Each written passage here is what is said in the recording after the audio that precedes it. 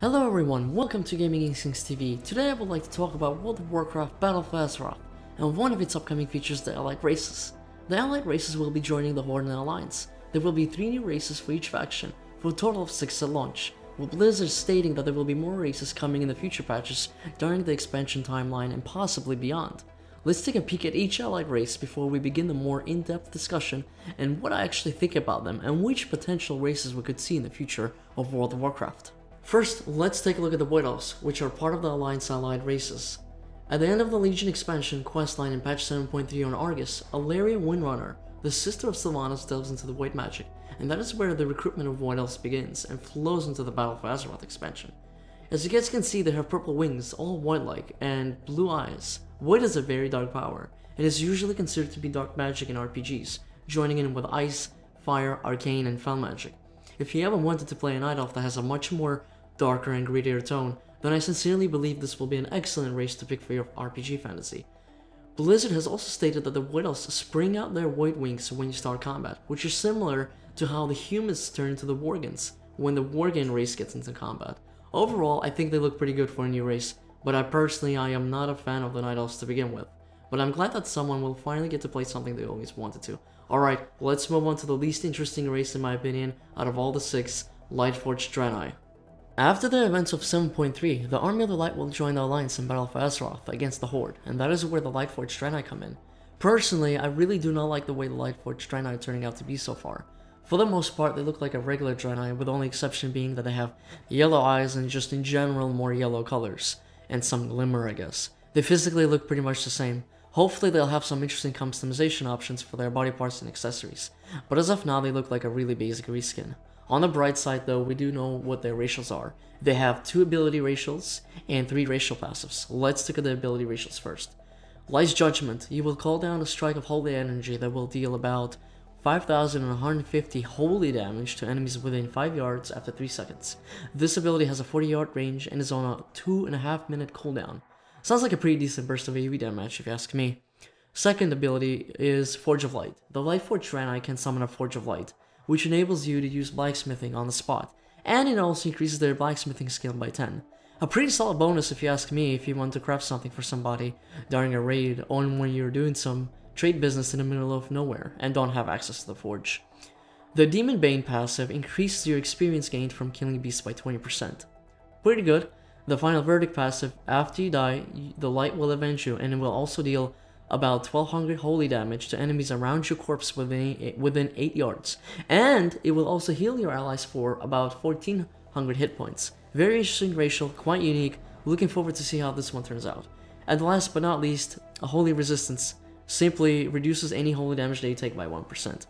Overall, I think Lightforged draenei have interesting and beneficial racials, but their aesthetics looks are highly lacking and need a lot more distinction for me to consider them as an actual race. But they have pretty interesting racials that revolve around the whole holy thing, so we'll see how that will play out. Moving on to the Dark Iron Dwarves.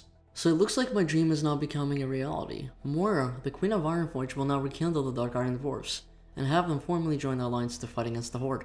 According to Blizzard, and correct me if I'm wrong on this one please, the questline will be taking place in Kul Tiras, which is the new continent where Alliance will start their adventure in Battle for Azeroth. Ever since the beginning of World of Warcraft for me back in 2004, I was always fascinated with the Dark Iron Dwarfs. There was something really cool about killing or dealing with them. Most of my Dark Iron Dwarf memories comes from running countless runs of Blackrock Depths, back in vanilla for the Nixia Attunement quest. Blackrock Depths was considered one of the harder and longer dungeons that would take multiple hours to finish, even if you had a solid group of people. I will also never forget encountering the Dark Iron Dwarfs in Wetlands and Don Morrow. They had a ton of quest chains and they were mostly made up of elite mobs which were very difficult to kill back then, and you needed a full group to even have a chance at completing one of the kill quests. Ever since then, I always wanted to be a Dark Iron Dwarf and was hoping that Blizzard would, at one point, add a skin option, but instead would get an actual whole race with their own questline to unlock them. Now I could argue that it's also a reskin similar to the Lightforged draenei, but for some reason they just appeal to me. I would assume that's probably because of the nostalgia. I have high hopes for their customization options and really hope they'll have both lighter dark and darker dark skin tones to choose from, and of course, new epic beards, because what a dwarf would be without an epic beard.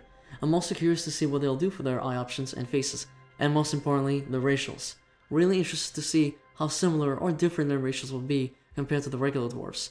I got my eye on this one, Blizzard, and I really want it to be good. Please make it good. I'm excited. With Alliance races out of the way, let's talk about the Horde races. The first race I'd like to discuss are the Nightborne. Alright boys and girls, here comes the Horde. Let's talk about the Nightborne race. In my opinion, I think they look really good. I honestly think they're the best looking elf race that World of Warcraft has ever gotten. Their skin tone is unique and different from other elves. It's kind of darkish blue mixed with a good amount of teal. I'm actually not surprised that the Horde is getting Nightborne as one of the new races, considering they also have an addiction problem with the mana, just like the Blood Elves have an addiction problem with arcane magic.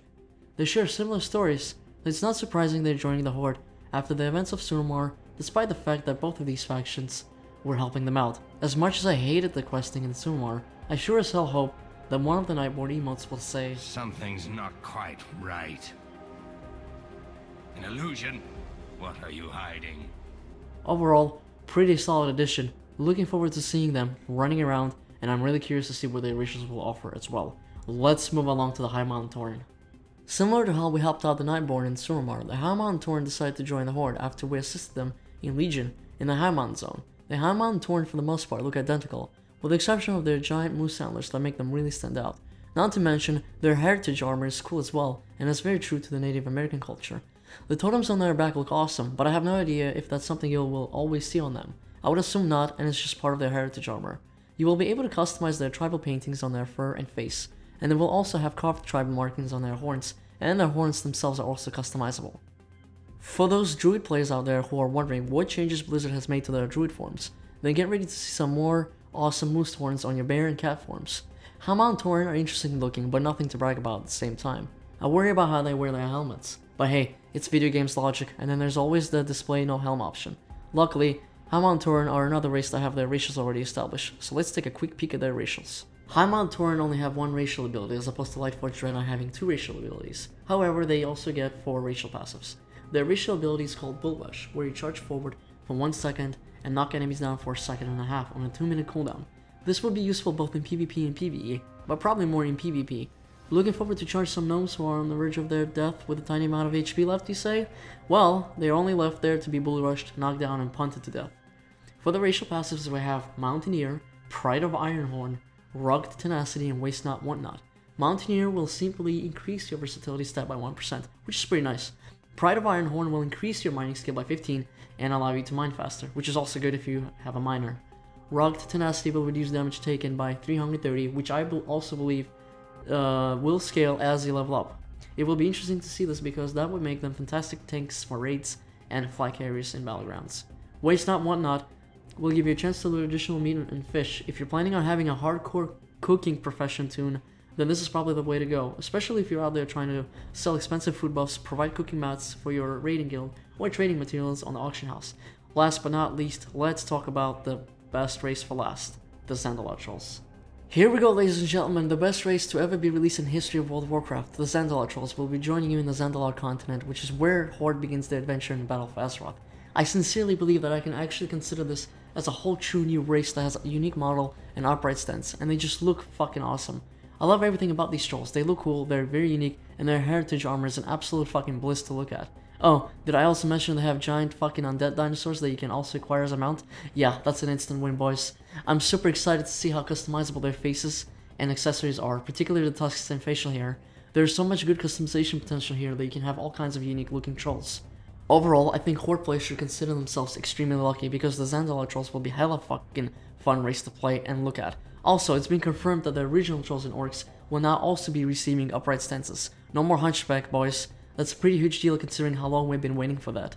Unfortunately, we do not know what kind of racials the Zandalari Trolls will have, but I'm pretty stoked to see what they got. With the Alliance and Horde races out of the way, let's talk about the future races Blizzard could bring to the table, and what I like to see for myself as well, and how they could incorporate them. Okay, ladies and gentlemen, let's take a look at potential candidates for future WoW races.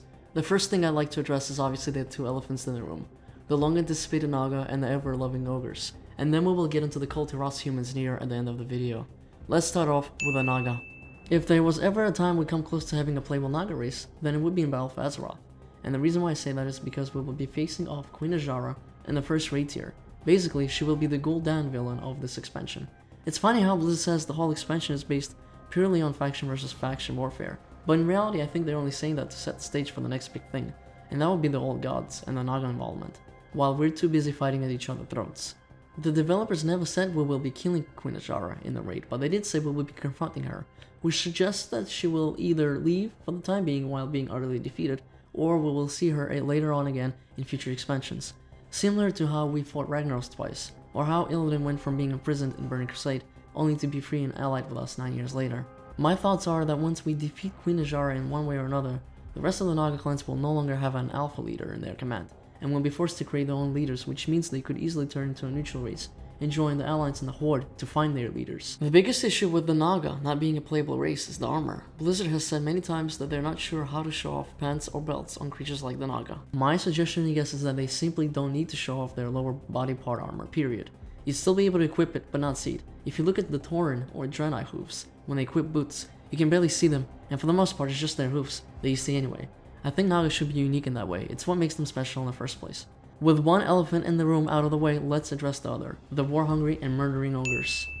Ah, the ogres, how I have missed you. To be completely honest with you, ogres were one of my favorite races to kill in World of Warcraft since the beginning. I loved them in Warcraft 1, 2, 3, and I love them here. However, lately I feel they've been getting ignored. We had a good share of ogres in Warlords of Draenor, but we all know what happened to that expansion. And mind you, it was the perfect time to introduce them as well. I'd rather not talk about Warlords of Draenor, period, where I'll end up having fucking nightmares about horrific horrors of garrisons and becoming an antisocial zombie, and then I'll get depressed for the rest of my fucking life. To be quite frank, I'm not sure where or how exactly they will be able to accommodate ogres as a new playable race sometime in Battle for Azeroth or future expansions. Ogres have always been very war hungry, and they also not the smartest around either. Actually, probably the most fucking dumbest of anything. Hard part about raiding a full-fledged ogre race is their intelligence. The horde may be savages here and there, but at least they have a much higher IQ than the ogres do. Also, I'm not quite sure how they would add the female counterpart as far as I'm concerned. Female ogres do not exist. I might be wrong, but I believe someone confirmed that they do not exist a while ago. Feel free to correct me on the statement if you're actually 100% certain of your facts. I'd appreciate it.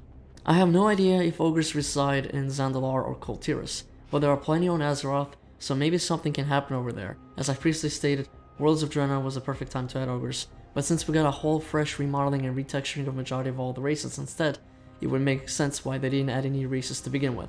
Overall, it might be possible to see ogres one day, but when I'm not quite sure. To be quite frank, Blizzard always twists their lore around to their favor so they can push certain story elements.